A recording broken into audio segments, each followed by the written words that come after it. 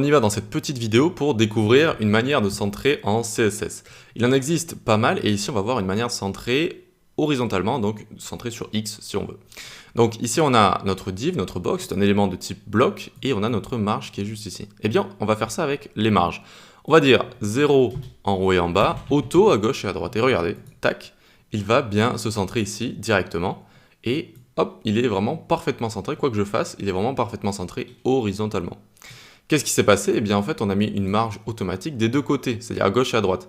Vous savez que l'élément de base bloc prend toute la largeur. Il prend toute la largeur de son parent, donc il prend toute la largeur. Et donc ici on lui a dit, ok tu prends toute la largeur, je te mets la même des deux côtés. Et du coup ça fait que l'élément il est parfaitement centré au milieu, d'accord? Entre deux margins auto. Alors on n'est pas obligé de mettre 0 ici, mais en général ça se fait beaucoup d'écrire margin 0 auto si vous voulez pas toucher au margin top et bottom, et on peut par exemple écrire 50 pixels en haut et en bas, et auto à gauche et à droite. Alors, vous allez me dire, peut-être qu'on pourrait faire la même chose sur Y, donc verticalement. Mais en fait, non, on ne peut pas le faire. On ne peut pas le faire. Imaginons, je mets 50 pixels à gauche et à droite et je mets auto en haut et en bas. Ben, ça ne va rien faire du tout, en fait. Auto sur Y, je vous rappelle qu'un élément de type bloc va prendre toute la largeur, mais pas toute la hauteur. D'accord? Il ne va pas prendre toute la hauteur. Ici, les marges, le orange, il ne va pas aller de haut en bas, vous voyez? Il va juste de gauche à droite. Donc, cette technique ne fonctionne qu'horizontalement, que sur X. Voilà. Voilà, je pense que j'ai rien d'autre à vous dire. Alors on peut rajouter ici donc un margin top, margin bottom, autant qu'on veut, hein. Ça va le décaler et ça va mettre, in fine, une marge. Alors 250 c'est peut-être un peu trop, 150, tac.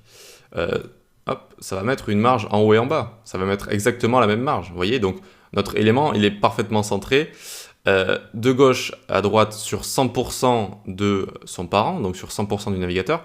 Par contre, de haut en bas, on pourrait croire qu'il est centré, mais en fait, il a juste 150 pixels en haut et en bas. Il n'est pas parfaitement centré sur Y par rapport à la taille de son parent. On voit qu'il y a du blanc en dessous.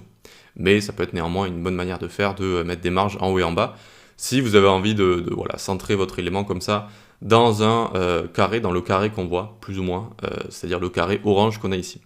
Donc voilà comment centrer horizontalement, margin, ce qu'on veut est auto, et donc ça va le centrer parfaitement dans sa longueur, dans sa largeur de gauche à droite. Allez, on passe à la suite.